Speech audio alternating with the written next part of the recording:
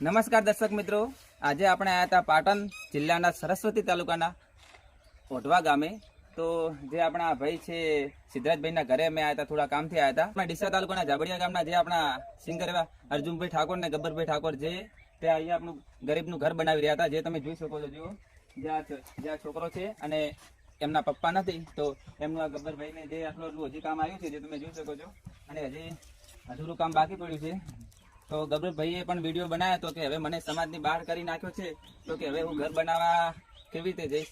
તો હું ગબ્બરભાઈને વિનંતી કરું છું કે ભલે તમને સમાજની બહાર કર્યા, પણ તમે તો એક સેવાનું કામ કરતા રહો છો, તો તમે આ છોકરા સામે વિચારી અને તમે પણ આ ઘર પૂરું બનાવી આપો એવી મારી વિનંતી છે. અને તમે જોઈ શકો છો કે જે આ ઘરનું, હું મારા કેમેરામેનને કહીશ કે તમને દેખાડે કે જુઓ આ ઈટું બીજી બધી ઉતારી દીધી છે અને પાહ પણ ખાણી નાખ્યો છે, અને પાહાની બહાર પણ અડધું કામ આવી ગયું છે.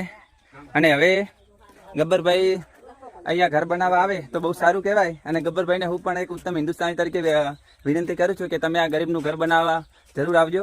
અને જુઓ ખાલી એક આ દાદા છે જે એમના બે છોકરાના, અને દાદા પણ બહુ એમની ઉંમર થઈ ગઈ છે અને લખવો મારી ગયો છે. શું નામ છે દાદા તમારું? જેદાજી ટકાજી ઠાકોર છે. અને આ દાદા તમારું ઘર કને બનાવ્યું છે? આજે કામ કીધું કને ચાલુ કર્યું છે? ગબ્બરભાઈ ચાલુ કર્યું છે. હા, તો ગબ્બરભાઈ શું હવે ઘર બનાવવા આવશે તમને? શું તમે ગબ્બરભાઈને કહી શકો કે તમે આવજો મારું ઘર બનાવવા? આવશે એમ? તો ગબ્બરભાઈ તમે એવું સમાજનું ના વિચારતા કે મને સમાજનો બહાર કરી નાખ્યો છે તો કે હવે હું ઘર બનાવવા નહીં જાઉં. તો ગબ્બરભાઈ તમે જરૂરથી અહીંયા ઘર બનાવવા આવજો. અને જો અમારા વસંતીબેન આવ્યા છે સાથે, અને અમે અમારા આ સિદ્ધરાજભાઈના ઘરે આવ્યા હતા. તો બસ તમે આવો ને આવી રીતે સમાજનું કામ કરતા રહેજો. દર્શક મિત્રો, જે ગબ્બરભાઈ ઘર બનાવી રહ્યા ને એ જે એમના પપ્પા તો ઓફ થઈ ગયા. મિત્રો તમે કેટલા ભાઈ છો?